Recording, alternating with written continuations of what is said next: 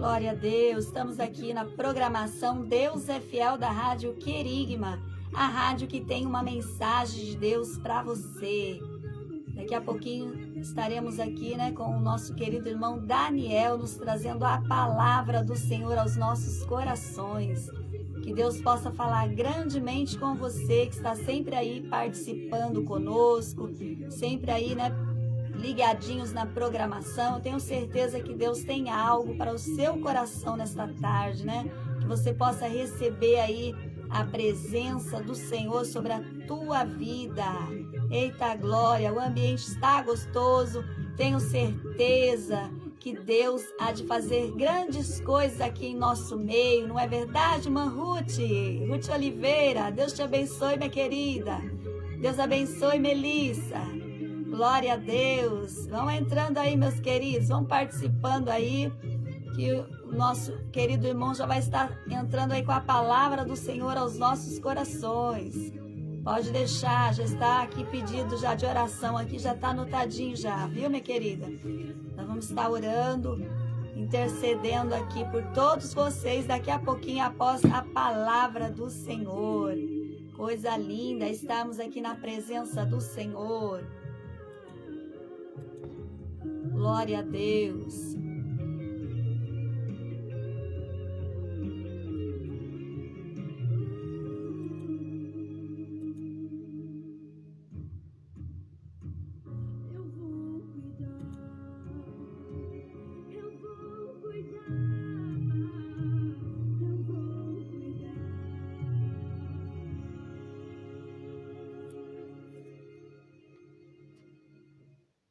Glória a Deus, o Senhor vai cuidar, meu querido, Ele tem cuidado, Por isso que nós estamos alegres com o Senhor, porque o Senhor tem cuidado de nós. E chegou o momento tão esperado, o momento da palavra de Deus. Tenho certeza que Deus há de falar grandemente em teu coração, Que Deus possa estar aí abençoando a todos vocês que estão aí ligadinho conosco. Temos alguns irmãos aí entrando na live, Que Deus possa abençoar todos aí em nome de Jesus. E eu já vou estar passando aqui para o nosso irmão que vai nos trazer esta palavra abençoada em nome de Jesus. E logo após, estaremos orando ao Senhor. Olá, boa tarde, a paz do Senhor. Eu queria desejar uma excelente tarde aí para todos os nossos ouvintes daqui de Caçapava, Taubaté, Campinas, Jacareí. Mandar um abraço principalmente para os meus familiares lá de Maricá, Niterói, que fica no Rio de Janeiro. E temos até hoje um ouvinte especial lá dos Estados Unidos. Também queria deixar um grande abraço para as pessoas que acompanham aqui no Facebook da Missionária e estão prestigiando a nossa palavra hoje. E eu queria rapidamente deixar uma mensagem para vocês que se encontra no livro do profeta Daniel, capítulo de número 3, versículo 15 ao 18. Agora, pois, se estáis prontos, quando ouvirdes o som da buzina, do pífaro, da cítara, da harpa, do saltério, da gaita de foles e de toda sorte de música, para vos prostrardes e adorardes a estátua que fiz. Bom é. Mas se não adorardes, sereis lançado na mesma hora dentro do forno de fogo ardente. E quem é o Deus que vos poderá livrar das minhas mãos? Responderam então Ananias, Misael e Azarias. Disseram ao rei Nabucodonosor: não necessitamos de te responder sobre este negócio. Eis que o nosso Deus, a quem nós servimos, é quem nos pode livrar. Ele nos livrará do forno de fogo ardente da tua mão, ó rei. E se não, fica sabendo que, se não serviremos a teus deuses, nem adoraremos a estátua de ouro que levantaste. Amém? Antes de abordar o assunto da fornalha, que é o tema principal nessa tarde de sexta-feira, que seriam os 3 amigos de Daniel, juntamente com o 4º homem, passeando no meio do fogo, eu gostaria de trazer para a nossa memória a contextualização da chegada desses homens. Chegaram jovens, mas nesse momento são homens de Deus, na Babilônia. Isso aconteceu da seguinte forma: cerca de 7 anos depois da destruição da cidade de Nínive, a Babilônia começou a ser uma grande potência bélica e começou a expandir de tal forma que necessitava de pessoas para ocuparem as cadeiras dentro do seu universo governamental. Necessitava de pessoas para exercer funções de liderança, tomar decisões. E a palavra vai nos dizer que o rei Jeoaquim é entregue ao rei Nabucodonosor para um exílio político. E Nabucodonosor, com sua grande estratégia militar e grande estratégia governamental também, vai tirar da cidade de Jerusalém jovens que já participavam da nobreza, jovens que já eram acostumados, onde suas famílias já governavam. Então eles já eram ambientados a estar dentro do reinado. Nabucodonosor era um homem inteligente, de tal forma que ele chama esses jovens porque para inseri-los no governo da Babilônia era simples, porque eles já tinham conhecimento, já tinham uma formação básica para assumir responsabilidades dentro do reinado. E é por isso que Nabucodonosor vai escolher jovens da nobreza de Israel, jovens da nobreza de Jerusalém. Só que quem é de Jerusalém não vai se contaminar pelas coisas da Babilônia. E a gente vai começar a entender isso aqui agora. Porque eu, particularmente, eu faço parte da instituição federal Exército Brasileiro. E eu queria trazer uma reflexão aqui para a gente entender mais ou menos o que está acontecendo com esses jovens quando eles são levados para a Babilônia. Porque quando a gente entra no exército, para uma formação e uma mudança de pensamento nossa, a gente é raspado a nossa cabeça. Para que quando a gente olhe no espelho, a gente não veja a mesma imagem que a gente está acostumado a ver há tanto tempo. Ao invés de sermos chamados pelo nosso nome, a gente ganha um número. E durante todo o nosso período de formação, nós não somos chamados pelo nosso nome. Bem sabido é que depois que você se forma, não importa o período de formação que seja, você vai ganhar um nome de guerra, que é um nome próprio seu, talvez sobrenome ou o primeiro nome. Só que durante a sua formação, você vai ganhar um número e você vai ser chamado por esse número.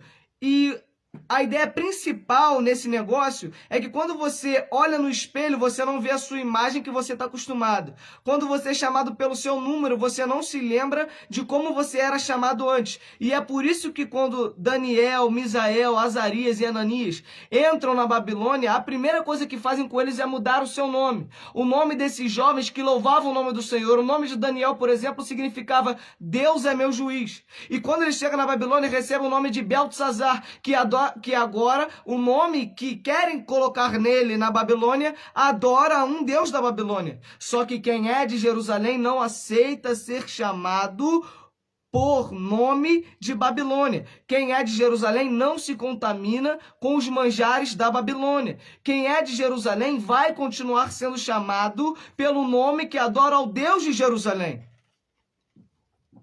E é por isso que quando eles chegam na Babilônia, tem os seus nomes mudados, ou a tentativa de mudar os nomes. E é por isso também que quando eu fiz a leitura do capítulo 3, eu não chamei pelos nomes que colocaram neles, que era Beltesazar, Sadraque, Mesaque e Abidnego. E sim chamei pelos seus nomes que eram chamados em Jerusalém: Daniel, Ananias, Misael e Azarias. Porque se nós somos de Jerusalém, nós nos devemos comportar como quem é de Jerusalém. Devemos chamar como se chama em Jerusalém. Adorar a Deus, ao Deus de Jerusalém, não aos deuses da Babilônia. Bom, já entendemos o primeiro intuito em mudar os nomes desses jovens. E eu poderia ficar muito mais tempo aqui dissertando sobre isso, porque o nome de cada um era uma forma de adorar Deus em Jerusalém, e agora o nome de cada um é uma tentativa de adorar um Deus da Babilônia. Só que, além da tentativa de mudar o nome, eles precisavam entender como funcionava a cultura da Babilônia. E para algumas pessoas, o manjar do rei ser oferecido é até um certo tipo de honra. Bom, agora eu vou comer a mesma comida do rei, me alimentarei da mesma forma que o rei se alimenta. Só que quem é de Jerusalém não aceita o manjar que é consagrado aos deuses da Babilônia. Não aceita o banquete que é colocado na mesa do rei Nabucodonosor. Ei, deixa eu tentar te fazer entender um negócio aqui. Nós somos da Jerusalém celestial, e nós pretendemos um dia voltar para lá, pretendemos um dia morar lá, e nós vivemos em uma Babilônia, onde a todo momento o Nabucodonosor, que é Satanás, o rei deste mundo, oferece-nos a sentar à mesa do rei, oferece-nos a se alimentar dos banquetes que são oferecidos pelo rei. Cabe a mim e a você decidir não se contaminar, não sentar na mesa de Nabucodonosor, não aceitar os manjares do diabo. Cabe a mim e a você tomar essa decisão. E aí, você vai ser Daniel ou você vai ser o resto? Porque certamente outros jovens foram trazidos de Jerusalém. Você vai ser Misael ou você vai ser o resto? Você vai ser Azarias ou você vai ser o resto? Você vai ser Ananias ou você vai ser o resto? Tome a sua decisão. E Daniel não vai aceitar se contaminar com os manjares do rei, juntamente com seus 3 amigos. Só que, quando ele vai fazer o pedido ao chefe dos eunucos para não se contaminar, o chefe dos eunucos vai trazer uma primeira resposta negativa, dizendo que ele não podia ir contra a ordem do rei. E aí tem muita gente que vai aproveitar, talvez até, permita-me imaginar isso aqui, talvez até existiam outros jovens, junto com esses 4, que disseram que não se sentariam na mesa. Talvez existissem outros jovens que vieram de Jerusalém e colocaram em seu coração o propósito de não se contaminar. Só que perante a primeira resposta negativa, decidiram não ir contra o rei, decidiram sentar-se à mesa. E aí eu queria trazer uma outra reflexão aqui pra gente. Tem muitas pessoas que aproveitam uma resposta negativa para sentar-se à mesa. Tem muita gente que vai dizer, mas está muito difícil, a guerra é muito grande, eu vou sentar na mesa. As situações estão colocando a minha vida à prova, eu vou sentar à mesa. Ei, essa história também me traz à memória a vida de Samuel, que ele crescia dentro da casa do sacerdote Eli, onde ele tinha exemplos negativos de Ofni e Finés, onde Ofni e Finés envergonhavam aquilo que Deus pregava, as leis de Moisés. Só que Samuel decide não se contaminar. Samuel está crescendo no meio de uma geração quando Ofni e Finés morrem e a Arca da Aliança é roubada de Israel, é levada de Israel pelos filisteus, e Eli recebe a notícia que seus filhos morreram e falece de um problema através da notícia de que a arca teria sido levada. Ele falece e a nora de Eli vai declarar uma palavra sobre todo o povo de Israel quando coloca o nome de seu filho de Icabô, que significa foi-se a glória de Deus, onde ela declara que toda aquela geração não tem mais a glória de Deus, não pertence mais à glória de Deus. Só que ela se esqueceu que dentro da casa de Eli, onde tinham exemplos negativos sim de Ofni e Finés, mas Eli ensinou a Samuel. Samuel teve um diálogo diretamente com Deus. Samuel vinha crescendo, e a palavra vai dizer lá em Samuel que ele vinha crescendo debaixo da graça de Deus. Eu queria liberar uma palavra para você nessa noite. Eu não sei a situação que você está plantado, eu não sei se você está sozinho ou se você tem amigos para dividir a responsabilidade com você de não se contaminar com a Babilônia. Se você está sozinho dentro da casa de Eli com exemplos negativos de Ofni e Finés, mas eu vim dizer para você essa noite: por favor, não senta na mesa oferecida por Nabucodonosor. Aleluia! Só que graças a Deus, que mesmo quando algumas pessoas desistem diante de uma resposta negativa. Existem outras que a fé é tão grande no coração e a vontade de não se contaminar e engrandecer o nome de Deus é maior do que o medo, que Daniel dessa vez vai apelar em não falar com o chefe dos eunucos e sim falar com o despenseiro. Daniel vai falar diretamente com o responsável em colocar a comida na mesa. E dessa vez, mesmo diante de uma ameaça muito grande da sua vida, em estar indo contra, em primeiro lugar, a ordem do rei, e em segundo lugar, a ordem do chefe dos eunucos, o despenseiro vai concedê-lo a oportunidade de se alimentar de maneira diferente, onde Daniel vai se alimentar apenas de vegetais, comer legumes, beber apenas água. Daniel não vai aceitar a comida do rei. Daniel não vai se assentar à mesa do rei. Daniel não vai se alimentar com os manjares oferecidos por Nabucodonosor. Daniel não vai beber o vinho do rei. Daniel e seus amigos decidiram não se contaminar. E quando chega ao final dos 10 dias de prova, o rei, melhor dizendo, o chefe dos eunucos vai olhar para todos os jovens que vieram de Jerusalém e estão sendo colocados à prova diante da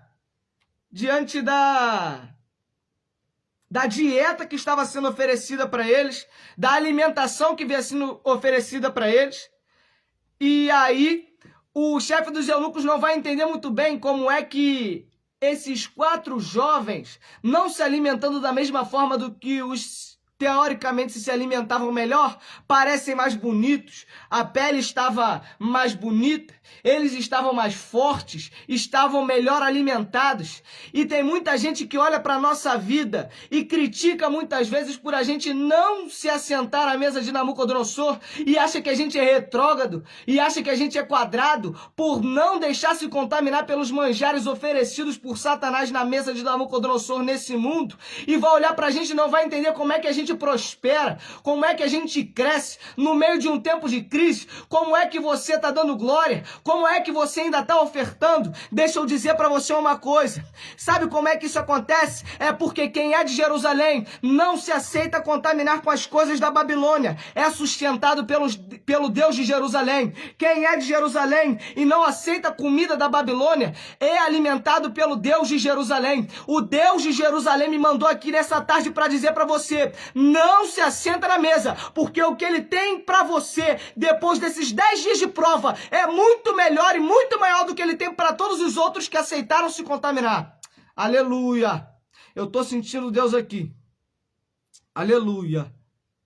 E a palavra vai dizer que esses jovens vão ser lembrados e eles vão ser colocados em uma posição de destaque. E durante o capítulo 2 vai acontecer algo muito interessante. Eu encerrei aqui o capítulo 1. E durante o capítulo 2 vai acontecer algo muito interessante, onde o rei Nabucodonosor vai ser afligido por um sonho. E nesse sonho, eu ainda não vou falar o que foi que ele sonhou, porque ele fez mistério e não quis contar, quando ele chama os caldeus e todos os sábios de seu reinado, todos não, alguns sábios de seu reinado, para interpretar esse sonho. E eu entendo que Nabucodonosor certamente se lembrava sim do que ele havia sonhado. Certamente ele se lembrava, sabe por quê? Porque se ele não se lembrasse, os caldeus, os mestres e os sábios tinham uma tarefa muito fácil. Porque se realmente o rei não se lembrasse, eles inventavam um sonho e davam a interpretação do próprio sonho que eles haviam inventado. O rei ia engolir essa interpretação, pois ele não se lembrava do sonho. Só que os caldeus também não eram idiotas. E eles sabiam do caráter do rei Nabucodonosor. E sabiam que certamente ele se lembrava desse sonho. E por isso eles não vão interpretar o sonho. E nem vão revelar o sonho. E eles vão pedir ao rei, insistentemente, que ele contasse esse sonho. E o rei vai negar. Vai negar veementemente. De tal forma que, ao negar essa pedida, por muitas vezes, o rei, irritado já com o pedido dos caldeus e dos sábios, vai mandar e vai condenar à morte todos os sábios de seu reinado.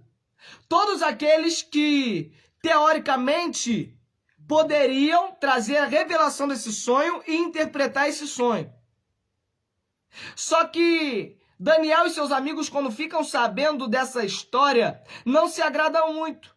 Porque, como eu estou sendo condenado à morte por algo que eu nem mesmo tive a oportunidade de tentar revelar. E aí Daniel vai até o rei e vai dizer ao rei que dê oportunidade a ele de ele revelar esse sonho. E aí é que o rei vai conceder a ele tudo aquilo que os caldeus pediram e ele negou. O rei vai conceder a Daniel tempo. Tempo para Daniel orar e pedir a revelação e interpretação desse sonho. Daniel vai até os seus 3 amigos. Os 3 amigos que junto com ele decidiram não se contaminar na mesa da Babilônia. Daniel, quando chega nesses 3 amigos, vai pedir ajuda a eles em oração. Quem são as pessoas que têm andado contigo?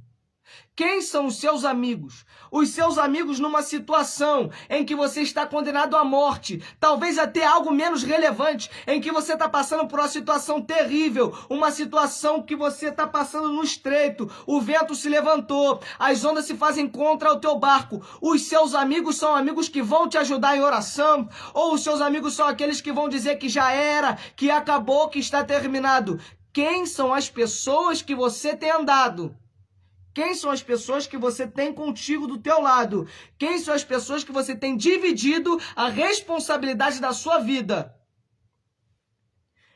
E graças a Deus que Deus vai revelar o sonho a Daniel. E uma coisa muito interessante que acontece aqui nessa história é que imediatamente quando Daniel recebe a revelação do sonho, junto com a revelação e a interpretação, a primeira coisa que ele faz não é agradecer aos seus amigos por terem ajudado em oração, não é ir correndo até o rei para contar a revelação do sonho, não. A primeira coisa que ele faz é agradecer a Deus por ter dado a ele a revelação e a interpretação do sonho. E aí eu me recordo da história que acontece lá em Lucas, onde Jesus vai curar 10 cegos, onde Jesus vai curar 10 leprosos, onde Jesus vai curar 10 leprosos e apenas um vai voltar para agradecer a Jesus por tê-lo curado. E aí, a gente vai entender por que é que muita coisa acontece na nossa vida, ou então deixa de acontecer. Sabe por que as coisas deixam de acontecer na nossa vida? É porque Jesus sabe que se Ele te curar hoje, você não volta para agradecer amanhã. Ele sabe que você está vindo na igreja, mas é com interesse em receber a chave, em você ver a porta aberta, em você entrar na porta de emprego, em receber a chave da casa. Ele sabe, e é por isso que muitas coisas na nossa vida ficam travadas. Isso vai começar a ser liberado na sua vida a partir do momento que você deixar de colocar o interesse nas coisas que você quer e colocar o interesse em agradecer e louvar o nome do Senhor. Então começa a louvar o nome do Senhor, que você pode ter certeza que as coisas vão começar a andar e acontecer na sua vida. Pode ter certeza. E quando Daniel agradece a Deus, ele vai entregar a revelação e a interpretação do sonho ao rei Nabucodonosor. E a gente já conhece a história que o rei sonhou com uma grande estátua de 30 metros de altura, onde a cabeça era de ouro, o peito era de prata, a barriga era de bronze, as pernas eram de ferro e os pés eram numa mistura de ferro com barro. E cada parte dessa estátua e cada metal dessa estátua representava um reino. E a cabeça de ouro representava o reinado de Nabucodonosor.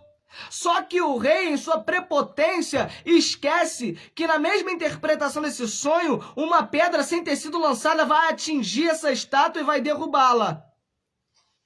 E talvez impulsionado por esse sonho, cerca de 18 anos depois da interpretação, o rei Nabucodonosor vai mandar construir uma estátua toda feita de ouro.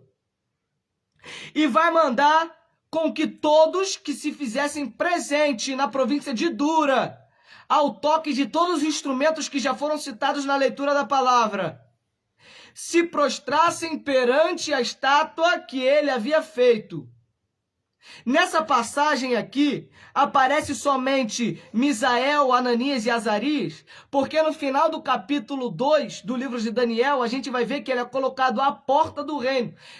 Talvez, e essa é uma das interpretações que os estudiosos dão para nós, que Daniel tem uma função dentro do reino, dentro do palácio. E é por isso que ele não pode se dirigir para a província de Dura na inauguração dessa estátua. E é por isso que os que estão lá somente são os 3 amigos de Daniel. Só que certamente se Daniel estivesse naquele lugar, ele também não se prostraria perante a estátua.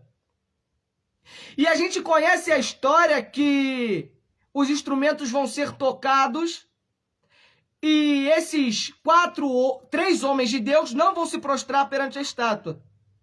Só que o rei tem muitas pessoas para ele contemplar. O rei está diante de uma multidão na província de Dura. E pelo que está escrito no texto, a gente entende que o rei, em primeiro momento, não consegue ver que esses 3 homens não se prostraram diante da estátua. E permita-me aqui imaginar, lembra daquelas pessoas que vieram de Jerusalém junto com os 4 amigos, que diante da primeira dificuldade decidiram sentar à mesa? E diante dessa ameaça de morte na fornalha de fogo do rei Nabucodonosor, decidem se prostrar diante da estátua do rei?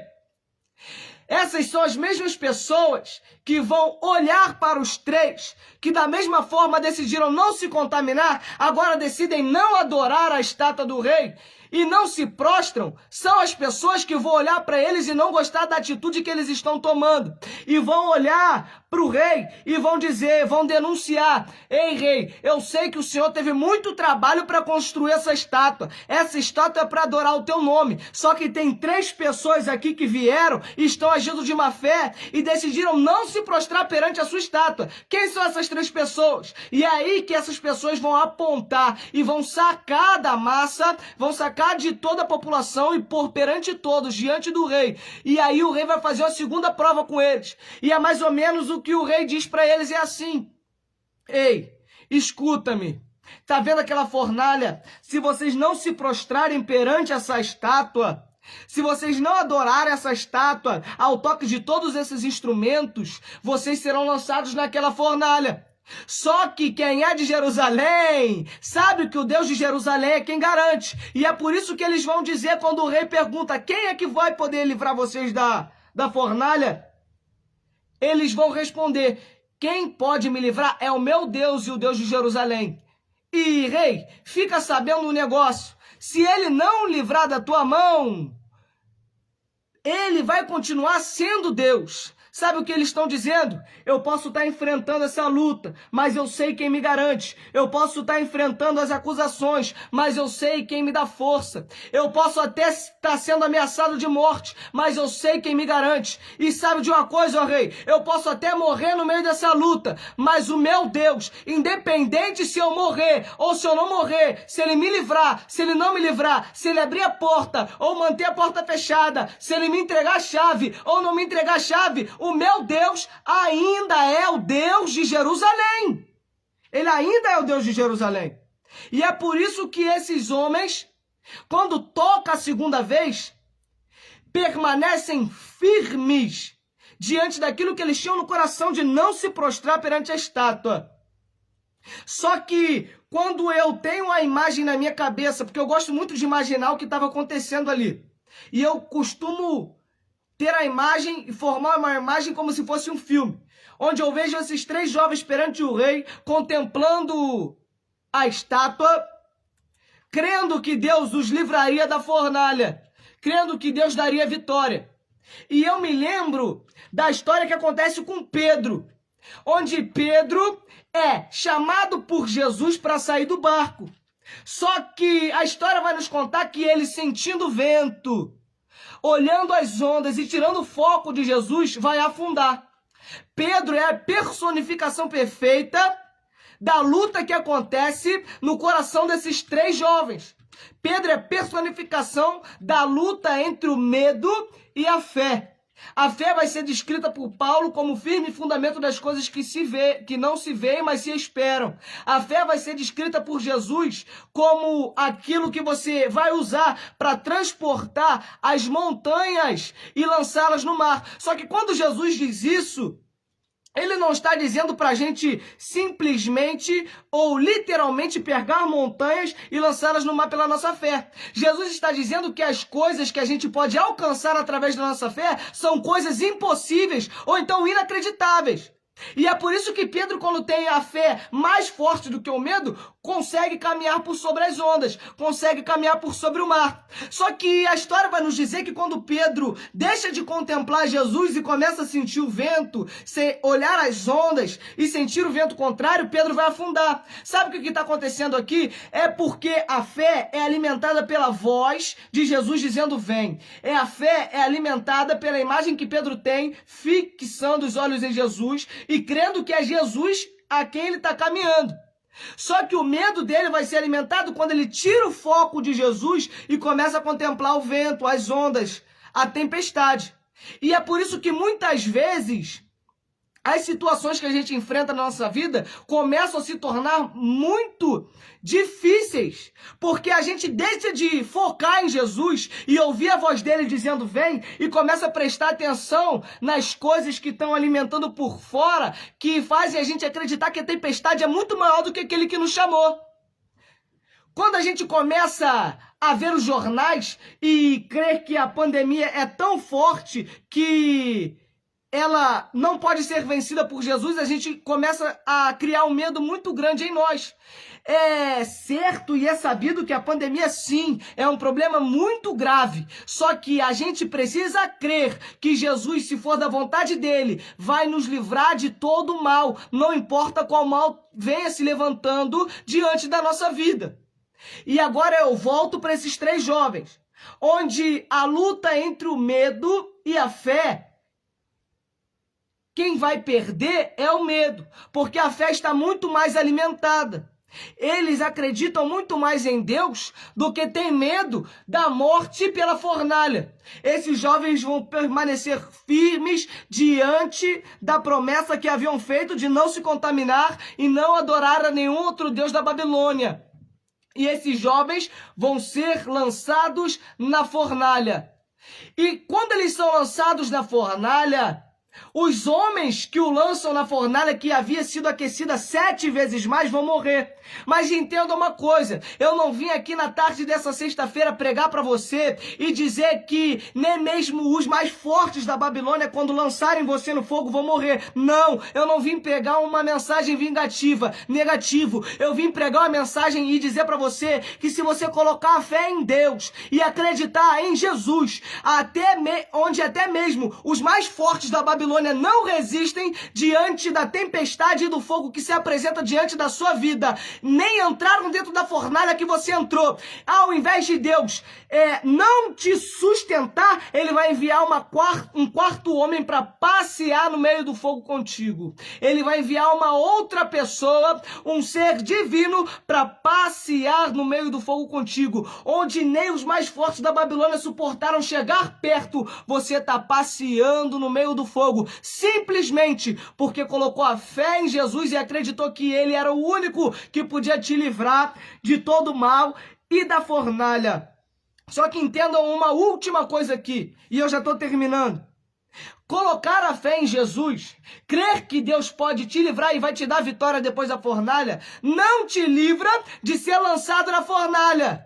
Ser fiel a Deus e ser firme em sua posição e não adorar outros deuses da Babilônia e nem se assentar à mesa, não te livra de enfrentar tempestade, não te livra de enfrentar luta, não te livra de enfrentar ondas, não te livra de enfrentar vento, não te livra de ser lançado na fornalha. Só que ser fiel a Deus é dentro da fornalha que o fogo está queimando as cordas que te prendem, queimou aqueles que te lançaram na fornalha, só que as suas vestes não estão sendo queimadas, vocês estão suportando o calor da tempestade, e além de estarem passeando no meio do fogo, você não está passeando sozinho, você está junto com o quarto homem, enviado de Deus para que você possa suportar todo o calor dentro dessa fornalha. Aleluia! E eu acredito que a mensagem que eu tinha para passar aqui foi entregue e muito bem entregue, porque eu creio que o Espírito Santo colocou em cada coração aqui. A primeira mensagem: não se assente na mesa da Babilônia. Não aceite como as pessoas querem te identificar. Não aceite os protocolos e as doutrinas da Babilônia. Você é de Jerusalém, se comporte como quem é de Jerusalém.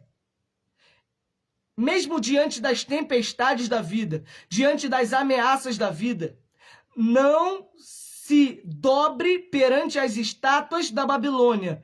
Permaneça firme, porque você pode até mesmo ser lançado no fogo, mas eu te garanto uma coisa, sendo fiel a Deus, Ele vai mandar o quarto homem para passear no meio do fogo contigo. Aleluia. Muito obrigado pela minha oportunidade.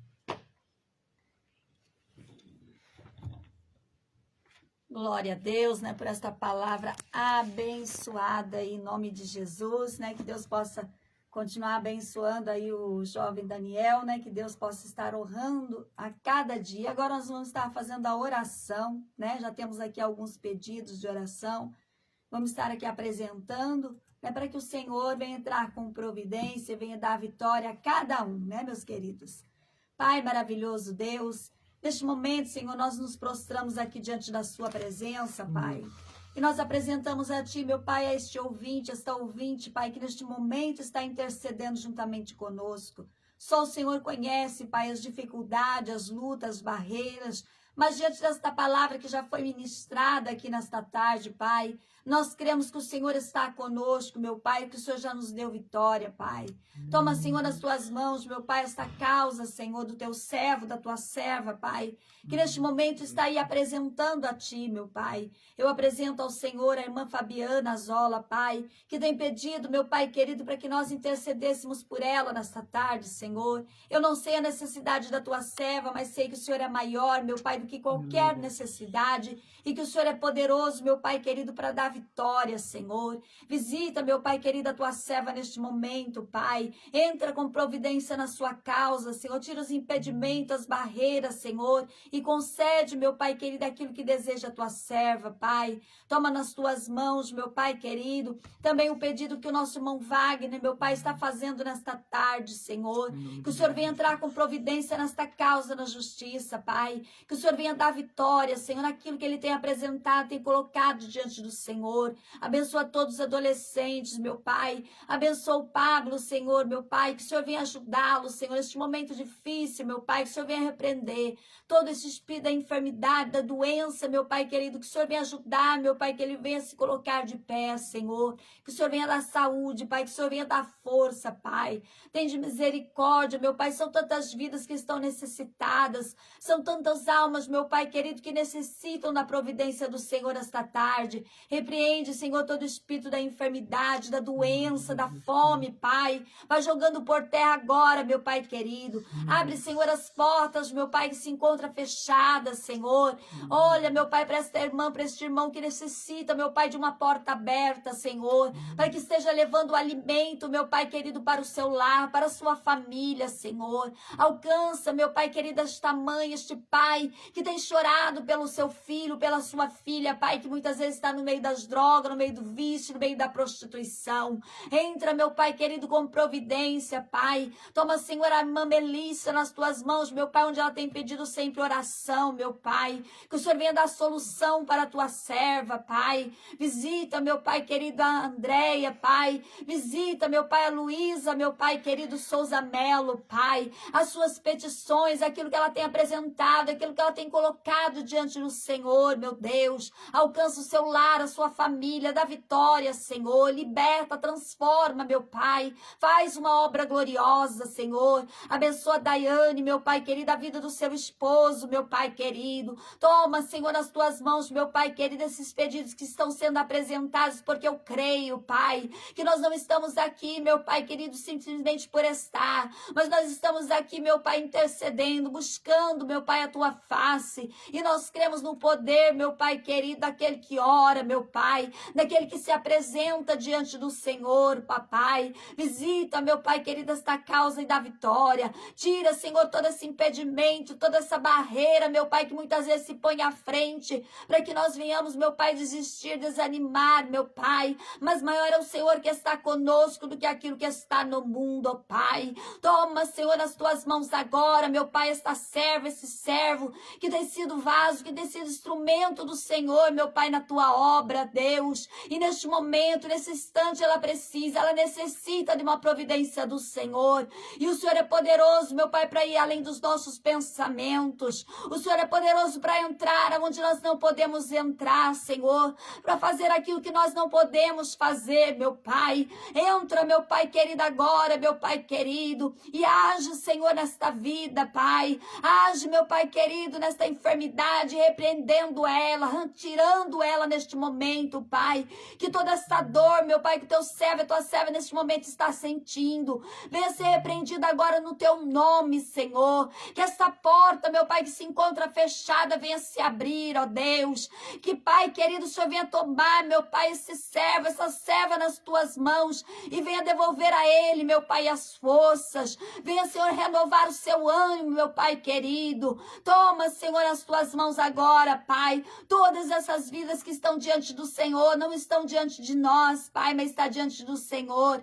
Que elas possam, meu Pai querido, sair daqui abençoadas. Que elas possam estar recebendo agora um renovo espiritual. Que elas possam estar recebendo agora, meu Pai, um revestimento, meu Pai querido, para suportar as provações, as dificuldades, até que venha, meu Pai querido, a solução, até que venha, meu Pai, a providência, meu Pai querido. Toma, Senhor, agora, meu Pai, todos os teus servos, Pai, diante de ti, em nome do Senhor Jesus Cristo.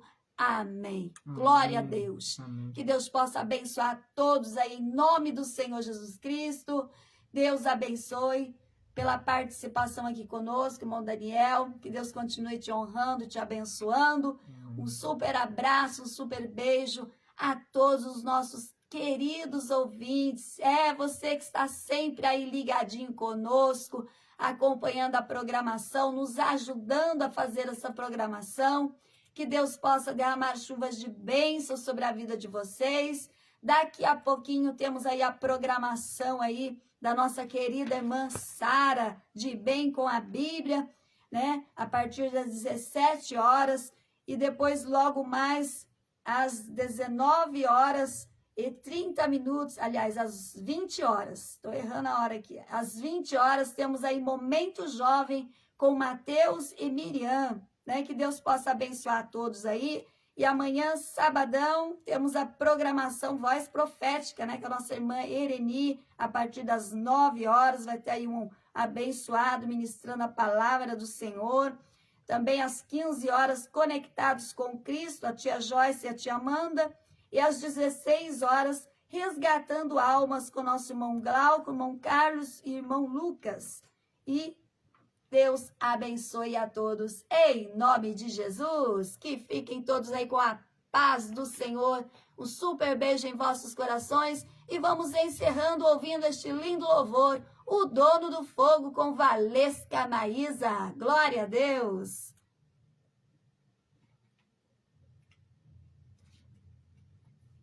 Deus abençoe a todos aí da live. Obrigada pela participação de todos vocês, viu? Foi muito gratificante estar aqui com vocês até essas horas, glorificando a Deus. Glória a Deus!